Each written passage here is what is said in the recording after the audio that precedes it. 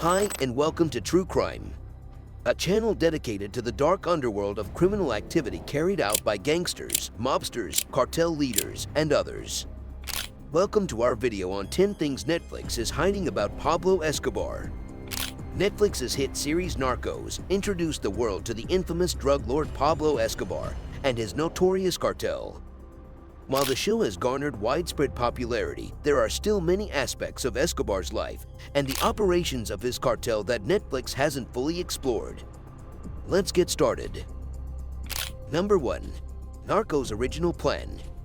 The truth behind the making of Narcos is just as intriguing as the show itself.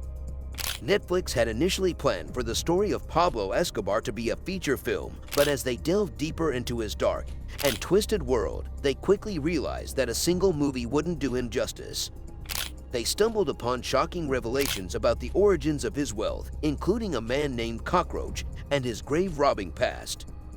It wasn't until DEA agents Steve Murphy and Javier Pina brought their personal experiences to the table that the producers realized just how little they knew about Escobar. And so, Narcos was born, a masterpiece that flawlessly captured the essence of one of the most feared drug lords in history.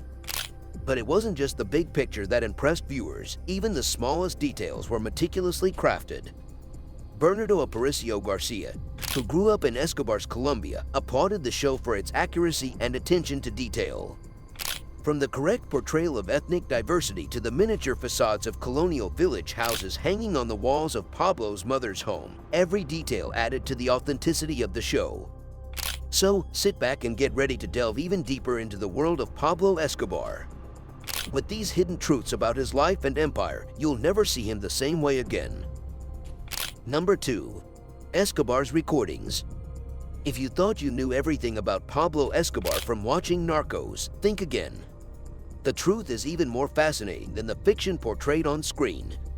Escobar was a master at keeping records of events, even going as far as videoing the daily activities in his haciendas. This attention to detail allowed the producers of Narcos to create a realistic depiction of his life and the people around him. But Escobar's involvement in the production of the show didn't end there. The Medellín Cartel was known for its love of media, and some of his recordings were inserted into the show. It's no surprise that he was willing to buy or even kidnap news reporters to tell his story. In today's world, it's safe to say that he would have been all over social media, especially Twitter. So the next time you watch Narcos, remember that there's even more to the story than what's portrayed on screen. Escobar's obsession with recording his life and controlling his image makes him even more of a complex figure, and it's no wonder why he continues to fascinate and captivate audiences around the world. Number 3. Family Opinion. The drama behind the scenes of Narcos is just as intense as the show itself. If you've ever wondered how much of the show's portrayal of Pablo Escobar's family life was accurate, you're not alone. But the truth is, some of his family members were less than pleased with the way they were depicted on screen. Pablo's brother, Roberto, was particularly infuriated with the show. Not only was he portrayed inaccurately as another accountant called Blackbeard, but he was also depicted as a snitch who betrayed the cartel to officials. In response, Roberto demanded a staggering $1 billion in compensation from Netflix for using his and his brother's image without any consultation from him or other family members. But that was just the beginning. Other family members have also contested the portrayal of Pablo in the Palace of Justice siege, as well as the manner of his death. It seems like everyone has an opinion when it comes to Pablo Escobar. Despite the backlash, the show has continued to captivate audiences around the world. Whether you're a die-hard fan or just tuning in for the first time, one thing is for sure: the world of Pablo Escobar is full of drama, intrigue, and surprises at every turn. Number 4. The brutality of Pablo Escobar. As you watch the gripping show, Narcos, it becomes clear that Pablo Escobar was a man to be feared. But have you ever wondered just how terrifying he was? At a recent conference in Lithuania, Agent Steve Murphy revealed that Escobar was not just any drug lord, he was the first narco-terrorist. Using violence to influence government policies against narcotic laws, he was a true mastermind of terror. While the show depicts his relationships, it fails to show the true extent of his cruelty. In reality, he would drill into his enemies' kneecaps without a second thought. And let's not forget his treatment of mules. He sewed cocaine into pets and sometimes killed mules to avoid spending cash. But perhaps the most chilling detail is his treatment of those around him. He killed every single architect who built his hundreds of houses just to keep the secrets of each estate safe. Childhood friends Moncada and Galeano were not spared, with Escobar even sending their fingers to their family members. Even waiters at his parties were not safe, as one unfortunate soul found out when he was duct taped and thrown into the pool, all for stealing silverware. It's clear that Pablo Escobar was not just a troubled man with a romantic relationship with his family.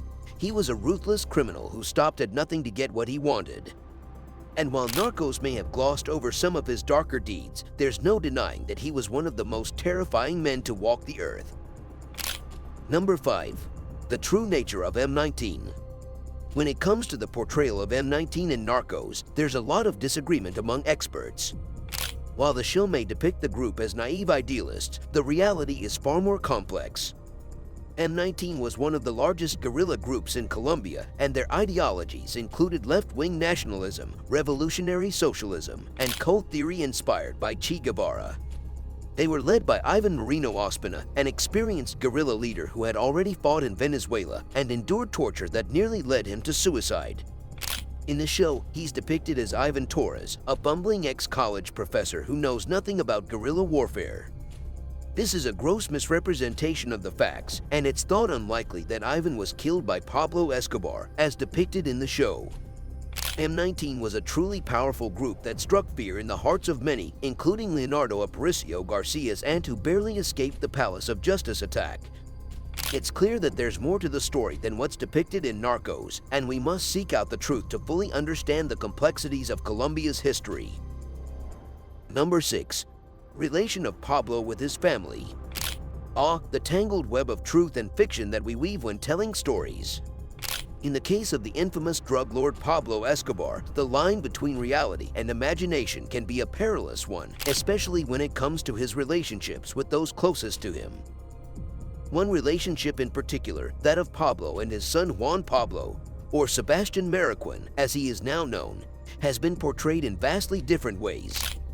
While the hit show Narcos depicts a young and naive Juan Pablo, in reality, he was already 16 when his father died and has since shared his account of their relationship. In interviews, Sebastian speaks of his father's love for him, despite the violent nature of his activities.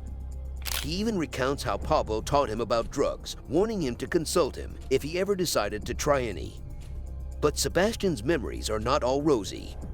He also recalls the bombing that left his sister deaf in one ear and how he and his mother pleaded with Pablo to stop his incursions on Colombia to no avail. It's a complex and often conflicting story, one that highlights the danger of relying solely on imagination when telling the tale of a real-life figure. But it's also a reminder of the power of perspective and the importance of hearing multiple sides of a story before concluding. Number 7. Secrets of La Catedral. In the TV show Narcos, Pablo Escobar's prison, La Catedral, is depicted as a 5-star hotel with luxurious amenities. However, this portrayal only scratches the surface of what was inside. According to DEA agents Murphy and Pina's book Manhunters, they found a film canister in Escobar's adjoining office that contained pictures of him, which they turned into wanted posters. They also discovered Escobar's meticulously kept files, which included threatening notes from enemies and even letters from mothers offering their daughters to him for sex. The most shocking find was a closet filled with lace, negligees, vibrators, and sex toys. Pina even slept in Escobar's bed but couldn't find rest, tossing and turning all night. The reality of La Catedral was far more twisted than what was shown on TV. Number 8. Carlos Leder's influence. Carlos Leder, the German-Colombian drug lord, played a crucial role in revolutionizing the cocaine trade by introducing small aircraft to transport drugs to the U.S. He met fellow inmate George Young in prison, and together they schemed to start their business. Leder's involvement in the cocaine trade preceded his partnership with Pablo Escobar, and he went on to become a billionaire. Despite being portrayed as a knucklehead in the show, his story and fall from grace were far more complex than depicted. Number 9. Escobar's suicide. Pablo Escobar's death has always been shrouded in mystery, but what if I told you that suicide was a possibility?